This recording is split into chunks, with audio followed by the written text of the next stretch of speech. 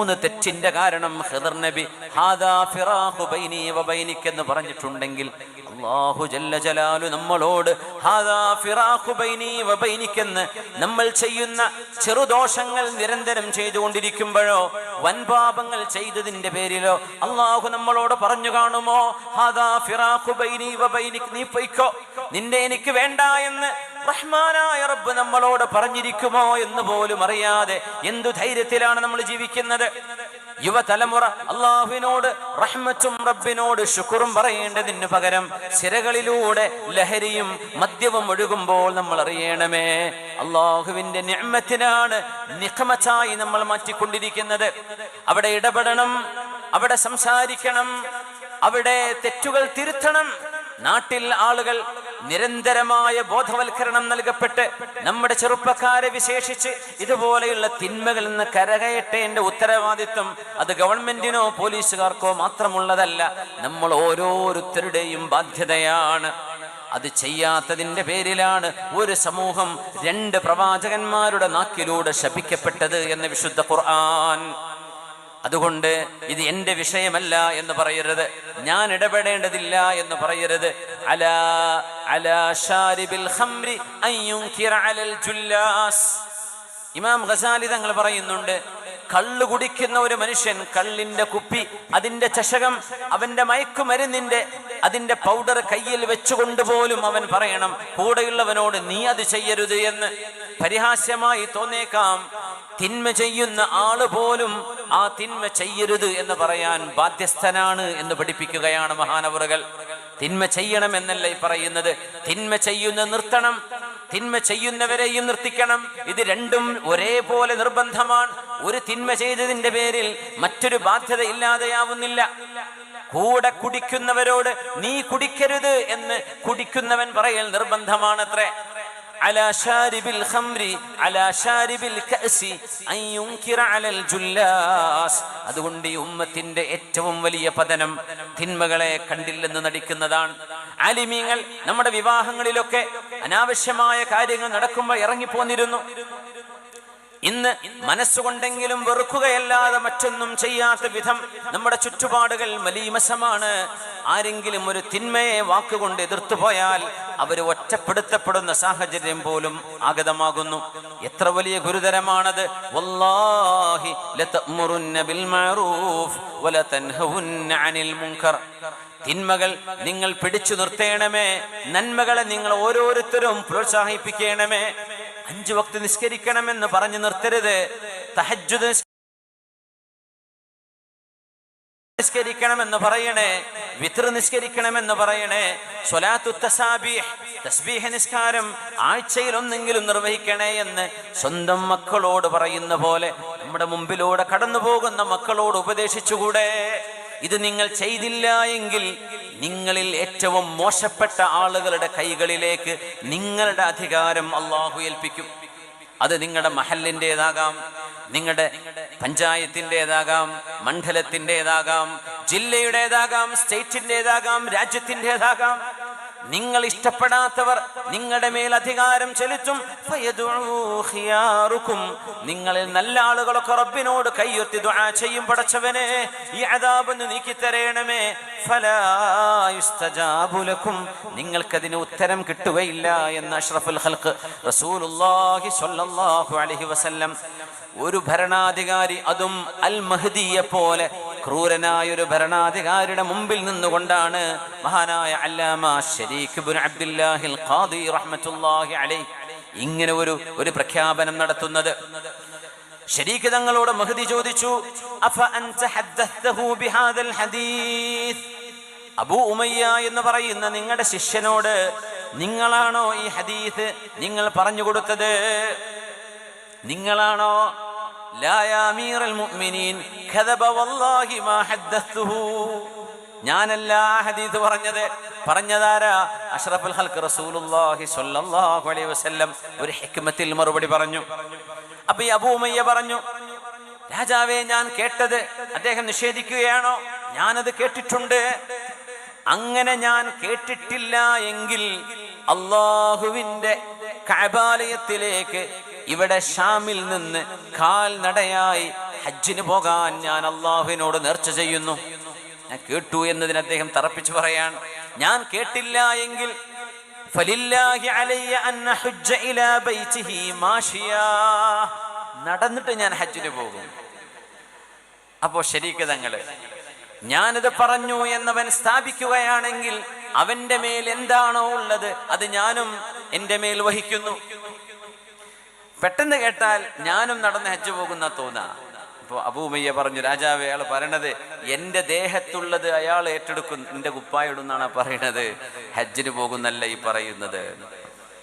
ഹിക്മത്തിലൂടെ മഹാനവറുകൾ ഇങ്ങനെ പറഞ്ഞു കൊടുക്കുകയാണ്. പറഞ്ഞു, സത്യം പറയണം, എന്നാ പിന്നെ സത്യം ചെയ്യണം. ഞാൻ ആ ഹദീസ് ഉദ്ധരിച്ചിട്ടില്ല എന്ന് പറയാം. ലാ വല്ലാഹി ലാ ഹലിഫു, സത്യം ചെയ്യാൻ ഞാനില്ല. ബൽ മാ ജാഅക ഹുവ സ്വഹീഹ്, ആ ഒരു ഹദീസ് ഞാൻ പറഞ്ഞു കൊടുത്തിട്ടുണ്ട്. ഖുറൈശികളിലെ ഭരണാധികാരികൾ അള്ളാഹുവിനെ ഭയപ്പെടുകയും സുന്നത്തും കിതാബും അനുസരിച്ച് ഭരണം നടത്തുകയും ചെയ്യുമ്പോൾ അവരെ പരിപൂർണമായും അനുസരിക്കണമെന്നും അവർ ഹഖിന്റെ മാർഗത്തിൽ നിന്ന് വേർതിരിഞ്ഞു പോയാൽ നിങ്ങൾക്ക് അവരോട് ബാധ്യതയില്ല എന്ന് പറയുന്ന ഹദീസ് ഞാൻ പറഞ്ഞു കൊടുത്തു എന്നത് സത്യം തന്നെയാണ്. രാജാവ് അങ്ങ് ദേഷ്യപ്പെടാൻ തുടങ്ങി. അല്ലാമ അഅ്മശ് എന്നവരെ ചീത്ത വിളിക്കാൻ തുടങ്ങി. കാരണം ശരീഖ് എന്നവരുടെ ഗുരുനാഥനാണ് അല്ലാമത്തുൽ അഅ്മശ് റഹ്മത്തുള്ളാഹി അലൈഹി. ഇമാം അഅ്മശ് എന്നവരെ ചീത്ത വിളിക്കാൻ തുടങ്ങി. ഈ ഹദീസ് റിപ്പോർട്ട് ചെയ്ത അഅ്മശ് എന്നവരാണ്. അവർ മരിച്ചിട്ടുണ്ട് കാലങ്ങൾക്ക് മുമ്പ്. ചീത്ത വിളിച്ചുകൊണ്ട് പറഞ്ഞു, വല്ലാഹി ലൗ അഅലമു ഖബ്റ ഹാദാ സക്റാനി ലഅഹറഖ്തുഹു. ഭരണാധികാരികളല്ലേ, ദേഷ്യപ്പെട്ട എന്തൊക്കെയാ പറയാന്ന് അറിയില്ല. ഈ കള്ളുകുടിയനായ മനുഷ്യന്റെ ഖബർ ആരെപ്പറ്റി? മഅദല്ലാഹ്, അസ്തഗ്ഫിറുല്ലാഹ്. ഇമാം അഅ്മശ് എന്നവരെ കുറിച്ച് പറയാം, സക്റാനായ ഈ മനുഷ്യന്റെ ഖബർ എനിക്കറിയുകയാണെങ്കിൽ ഞാൻ ആ ഖബർ പോയി കത്തിച്ചു കളഞ്ഞേനെ. അങ്ങനെ അദ്ദേഹത്തെ പറ്റി ആരോപണം പറയാൻ ചില കാരണങ്ങളുണ്ട്. ചില മസ്അലകളിൽ ചില വിഷയങ്ങൾ ആലിമീങ്ങൾ ഫത്വ കൊടുക്കുമ്പോഴേ കാര്യം മുഴുവൻ മനസ്സിലാക്കാത്ത ആളുകൾ എന്ത് ചെയ്യും? ഒറ്റടിക്ക് നിങ്ങളുടെ ആക്ഷേപം പറയും. ഇമാം അഅ്മശ് എന്നവർ ഇറാഖുകാരുണ്ടാക്കുന്ന മുനസ്സഫ് എന്ന് പറയുന്ന ഒരു തരം മുന്തിരിച്ചാറുണ്ട്. അത് കള്ളാണ്, മുസ്കിറാണ് എന്ന് അഭിപ്രായപ്പെട്ടവരുണ്ട്. അഅ്മശ് എന്നവർ പറഞ്ഞു അത് മുസ്കിറല്ല, മുസന്നഫ് അൽ മുനസ്സഫ് എന്ന് പറയുന്ന ഒരു തരം വീഞ്ഞാണത്. കള്ള് ഹലാലാണെന്ന് ഒരു ഇമാമും ഒരു ആലിമും ലോകത്തെ ഫത്വ കൊടുത്തിട്ടില്ല. പക്ഷേ കള്ളാണോ അല്ലയോ എന്ന് സംശയമുള്ള ചില കാര്യങ്ങൾ ഉണ്ടാവും, ചില വസ്തുക്കളിൽ നിന്ന് ഉണ്ടാക്കുന്നത്. അങ്ങനെ ഇറാഖിൽ ഉണ്ടായിരുന്ന മുനസ്സഫ് എന്ന് പറയുന്ന ഒരു തരം വീഞ്ഞുണ്ടായിരുന്നു. അത് കുടിക്കാവുന്നതാണ് എന്ന് ഇമാം അഅ്മശ് എന്നവരുടെ ഫത്വയുണ്ട്. അപ്പൊ പിന്നെ മൂപ്പരങ്ങ് കണക്കാക്കി കള്ള് കുടിക്കാൻ ഫത്വ കൊടുത്ത ആളാണ്.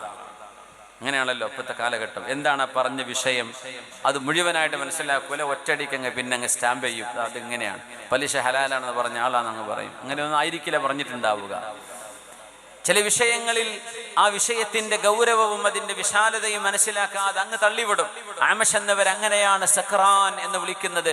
ഈ മഹദി ഭയങ്കര ഗുരുതരമായ തെറ്റാണ്. ഒരു പണ്ഡിതനെ കള്ളുകൂടി എന്നാണ് പറഞ്ഞത്. മഹാനായ ശരീഖ് എന്നവരെ വിട്ടുകൊടുത്തില്ല. മഹാനവർ പറഞ്ഞു, വല്ലാഹി ലാ യാ അമീറൽ മുഅ്മിനീൻ വല്ലാഹി മാ കാന യഹൂദിയൻ ബൽ കാന റജുലൻ സ്വാലിഹാ. എനിക്ക് ഹദീസ് പഠിപ്പിച്ചു തന്ന എൻ്റെ ഗുരുനാഥനെ കള്ളുകുടിയനാണ് എന്ന് നിങ്ങൾ പറയുകയാണോ? മുനസ്സഫ് എന്ന് പറയുന്ന ഒരു ദ്രാവകം ഹലാലാണ് എന്ന് ഫത്വ കൊടുത്തതിന്റെ പേരിൽ മാ കാന യഹൂദിയൻ, എൻ്റെ ഗുരുനാഥൻ ഒരു ജൂതനായിരുന്നില്ല. ബൽ കാന റജുലൻ സ്വാലിഹാ, സ്വാലിഹായ ഒരു മനുഷ്യനായിരുന്നു. ആ മഹാന്റെ ഖബർ നിങ്ങൾ കത്തിക്കുമെന്നാണോ ദേഷ്യപ്പെട്ടുകൊണ്ട് പറയുന്നത്? ഇത് പുണ്യ റസൂലിന്റെ ഹദീസല്ലയോ? ഇമാം അഅ്മശ് എന്ന ഗുരുനാഥന്റെ അഭിമാനം സംരക്ഷിക്കാൻ വേണ്ടി മഹാനായ ശരീഖ് തങ്ങൾ ചെയ്യുന്ന ത്യാഗമാണത്. ഒരു കാര്യം പറയട്ടെ, നമ്മുടെ മുമ്പിൽ വെച്ച് ഒരു മുഅ്മിനായ മനുഷ്യന്റെ ഗീബത്ത്, നമീമത്ത് ഒരു മനുഷ്യൻ പറഞ്ഞാൽ, ഒരാൾ കുറ്റം പറയാ, അയാൾ മോശക്കാരനാണ്, അയാൾക്ക് ഇന്ന കുഴപ്പങ്ങളുണ്ട്, അയാൾ ഇന്ന തെറ്റ് ചെയ്യുന്ന ആളാണ്. ഇങ്ങനെ ഒരാളിന്റെ അഭാവത്തിൽ ഗീബത്തായിട്ടോ അല്ലെങ്കിൽ ഏഷണി കൂട്ടാൻ വേണ്ടിയിട്ടോ ഒരാൾ മറ്റൊരാളെ പറ്റി പറയാൻ പാടില്ലാത്തത് പറയുമ്പോൾ അത് മൗനമായി കേട്ടു നിൽക്കുന്നത്, മറുപടി കൊടുക്കാതെ കേട്ടു നിൽക്കുന്നത് പറയുന്നവനെ പോലത്തെ തെറ്റാണ് എന്ന് മനസ്സിലാക്കണം. പറയുന്നവനെ പോലത്തെ തെറ്റാണ്. അൽ മുസ്തമിഉ ശരീകുൽ ഖായിൽ. ഒരാളെ കുറ്റം പറയുമ്പോഴേ അതെ അതെ അതെ എന്ന് മൂളിക്കൊടുക്കുന്നത് ആ മനുഷ്യനെ പറ്റി ഗീബത്ത് പറയുന്നതിന്റെ തുല്യമാണ്. അതേ കുറ്റം കിട്ടും. നേരെ മറിച്ച് നീ ഗീബത്തല്ലേ പറയുന്നത്, ഒരു മുഅ്മിനായ ആണിനെ കുറിച്ച് ഒരു പെണ്ണിനെ കുറിച്ച് പറയാൻ പാടില്ലാത്തത് പറയല്ലേ. ഞാനും നീയൊക്കെ മുന്തിയ ആളുകളാണോ? നമുക്ക് ആരെങ്കിലും കുറ്റം പറയാൻ അധികാരമുണ്ടോ? നമ്മുടെ മൂക്കിലും വായിലും പഞ്ഞി വെച്ച് കെട്ടിവിടുന്ന നാളിനെ കുറിച്ച് ഓർമ്മയുണ്ടോ? മഹാനായ മഅറൂഫുൽ ഖർഖി തങ്ങളുടെ മുമ്പിൽ ഒരാൾ ഗീബത്ത് പറഞ്ഞപ്പോൾ മഹാനവറുകൾ ലോകം കണ്ട കൂഫ സമ്മാനിച്ച ലോകത്തെ ഏറ്റവും പ്രഗത്ഭരായ സൂഫി വര്യന്മാരിൽ മഹാനാണ് മഅറൂഫുൽ ഖർഖി റഹ്മത്തുള്ളാഹി അലൈഹി. ഒരാൾ വന്ന് ഗീബത്ത് പറയാൻ, മഹാൻ പറഞ്ഞു, മൂക്കിലും വായയിലും കണ്ണിന്റെ മീതെയും പഞ്ഞി വെച്ച് നിന്നെ കൊണ്ടുപോകുന്നൊരു ദിവസം നീ ഓർക്കുന്നില്ലയോ? അപ്പൊ മനുഷ്യൻ പറയൽ നിർത്തിയെന്നാണ്. നീ എന്തിനാണ് ഈ കുറ്റം പറയുന്നത്? ഒരാളെ പറ്റിയൊരു കുറ്റം പറഞ്ഞാൽ, ഒരു മുഅ്മിനായ മനുഷ്യന്റെ ഇസ്സത്തിന് കോട്ടം തട്ടുന്നത് ആരെങ്കിലും പറയുകയാണെങ്കിൽ അതിനെ തിരുത്തി കൊടുക്കേണ്ടത് മുഅ്മിനീങ്ങളുടെ ബാധ്യതയാണ് എന്ന് മഹാനായ റസൂലുള്ളാഹി സ്വല്ലല്ലാഹു അലൈഹി വസല്ലം. ശരിക്കും മനസ്സിലാക്കണം, മുഅ്മിനീങ്ങൾ മനസ്സിലാക്കണം, അല്ലാഹുവിലും അന്ത്യനാളിലും അല്ലാഹുവിന്റെ ഹിസാബിലും വിശ്വാസമുള്ള മുഅ്മിനീങ്ങളോടാണ് പറയുന്നത്. ഒരു മുഅ്മിനായ മനുഷ്യനെ, അതൊരു മുതഅല്ലിമാവാം, ഒരു ആലിമാവാം, ഒരു സയ്യിദാവാം, തങ്ങളാവാം, പണ്ഡിതരാകാം, ദീനിന്റെ ഖാദിമീങ്ങളാകാം, മുസ്ലിമാണോ, അഹ്ലുൽ ഖിബ്ലയാണോ, അല്ലദീ യുസല്ലി ഖിബ്ലതനാ, നമ്മുടെ ഖിബ്ലയിലേക്ക് നിന്ന് തിരിഞ്ഞ് നിസ്കരിക്കുന്ന ഒരു മനുഷ്യനാണെങ്കിൽ ആ മനുഷ്യനെ കുറിച്ച് മോശമായത് ആരെങ്കിലും എഴുതി വിടുകയോ പോസ്റ്റ് ചെയ്യുകയോ ആരോപണങ്ങൾ വീഡിയോ ഫയലുകളാക്കി യൂട്യൂബിലോ ഫേസ്ബുക്കിലോ അപ്ലോഡ് ചെയ്യുകയോ ചെയ്താൽ അതിനെ പ്രതിരോധിക്കാൻ കഴിയുന്ന ആളുകൾ, മുഅ്മിനീങ്ങളുടെ ഇസ്സത്തിനെ പ്രതിരോധിക്കൽ അവർക്ക് നിർബന്ധമാണെന്ന് മഹാനായ റസൂലുള്ളാഹി സ്വല്ലല്ലാഹു അലൈഹി വസല്ലം അത് കേൾക്കുകയോ ലൈക്ക് ചെയ്യുകയോ ഷെയർ ചെയ്യുകയോ ഫോർവേഡ് ചെയ്യുകയോ ചെയ്യുന്നത് ആ മനുഷ്യനെ കുറിച്ച് ഗീബത്ത് പറയുന്നതിന്റെ അതേ കുറ്റമാണ് എന്ന് എത്ര പേര് മനസ്സിലാക്കിയിട്ടുണ്ട്? എത്ര ഗുരുതരമാണ്! ഒരൊറ്റ ക്ലിക്കിലൂടെ നമുക്ക് കിട്ടുന്നത് എത്ര വലിയ തെറ്റുകളാ മുമ്പിനെ, എത്ര വലിയ, എവിടെ ഇത് കൊണ്ടുപോയി വെക്കുക? മുമ്പൊരാളെ ഗീബത്ത് പറഞ്ഞാൽ മുമ്പിലുള്ള ആളെ കേൾക്കുള്ളൂ. ഇത് പോസ്റ്റ് ചെയ്യല്ലേ? കോടിക്കണക്കിന് മനുഷ്യന്മാരൊക്കെയാണ്. ഇത്രയും മനുഷ്യന്മാരെ മുമ്പിൽ ചെന്ന് പൊരുത്തപ്പെടിക്കാൻ കഴിയുമോ? എന്നിട്ട് പിന്നെ അവസാനം ഞാൻ പറഞ്ഞ് പൊരുത്തപ്പെടണട്ടാ, അത് ഒരാളോടെങ്കിലും പൊരുത്തപ്പെടിച്ചുള്ളൂ, ബാക്കി നൂറുകണക്കിന് ആയിരക്കണക്കിന് മനുഷ്യന്മാരുടെ ചെവിയിൽ ഇതെത്തി. നിങ്ങൾക്ക് അവരോട് പൊരുത്തപ്പെടിക്കാൻ കഴിയുമോ? അള്ളാഹു പൊരുത്തപ്പെട്ടു തരുമോ? നിങ്ങൾ ആലോചിച്ചു നോക്കി, എത്ര വലിയ ഗൗരവമാണ്. സ്വന്തം ഗുരുനാഥനെ അഅ്മശ് എന്നവരെ ആക്ഷേപിച്ചപ്പോ മരണപ്പെട്ടു പോയ മഹാൻ, അന്ന് ജീവിച്ചിരിപ്പില്ല അഅ്മശ് എന്നവര്. ശരീക്ക് എന്നവരുടെ ഉസ്താദ, ഈ ഹദീസ് പറഞ്ഞു കൊടുത്ത ഉസ്താദാണ്. عن شريك عن أعمش عن الأعمش عن سالم عن ثوبان عن النبي صلى الله عليه وسلم. ആ ഹദീസിന്റെ സനദ് അങ്ങനെയാണ്. മഹാനായ ശരീക്ക് റഹ്മത്തുള്ളാഹി അലൈഹി ജീവൻ പോകുമെന്ന് പറഞ്ഞ ഭീഷണിയുള്ള നേരത്ത് സ്വന്തം ഗുരുനാഥന്റെ ഖബർ കത്തിക്കാൻ മാത്രം അയാൾ ജൂതനായിരുന്നില്ലല്ലോ, അയാൾ ഒരു കാഫിറായിരുന്നില്ലല്ലോ. കാന റജുലൻ സ്വാലിഹൻ. അപ്പൊ ഖലീഫയുടെ വക സിന്ദീഖ്, ദൈവനിഷേധിയാണ്. മഅദല്ലാഹ്. സിന്ദീഖ് എന്ന് പറഞ്ഞാൽ കാഫിർ എന്നാണ്. കം ജാഹിലിൻ കം ആലിമിൻ ആലിമിൻ അഅയത് മദാഹി കം ആഖിലിൻ ആഖിലിൻ അഅയത് മദാഹിബുഹു വജാഹിലിൻ ജാഹിലിൻ തൽഖാഹു മർസൂഖാ ഹാദാ അല്ലദീ തറകൽ أوهام حائرة وصير العالم النحرير زنديقا. എത്ര ബുദ്ധിയുള്ള മനുഷ്യന്മാർ 5 കാശിന് വകയില്ലാതെ ലോകത്ത് ഒരു ജോലിയും കിട്ടാണ്ട് നടക്കുന്നുണ്ട്. എത്ര ഡിഗ്രിയും MA-യും PG ഒക്കെ ഉള്ള ആൾക്കാർ ജോലിയില്ല, ഒരു വിദ്യാഭ്യാസവും ഇല്ലാത്തവർ എത്ര വലിയ കോടീശ്വരന്മാരുണ്ട് ലോകത്ത്. ഹാദല്ലദീ തറകൽ ഔഹാമ ഹായിറതൻ. ഇത് ചിന്തിച്ചപ്പോൾ ചില ആളുകൾക്ക് ഒരെത്തും പിടിയും കിട്ടിയില്ല. എന്താണ് പടച്ചോനെ ഇതെന്ത് ന്യായം? വിദ്യാഭ്യാസമുള്ള എനിക്ക് പണിയില്ല, പക്ഷേ ഒരു വിദ്യാഭ്യാസവും ഇല്ലാത്തവന് കോടീശ്വരനാണ്. പടച്ചവനെ എത്രയോ നൈപുണ്യമുള്ള നിപുണന്മാരായ വലിയ വലിയ പണ്ഡിതന്മാർ സിന്ദീഖുകളായി മാറാൻ ഇത് കാരണമായിട്ടുണ്ട്.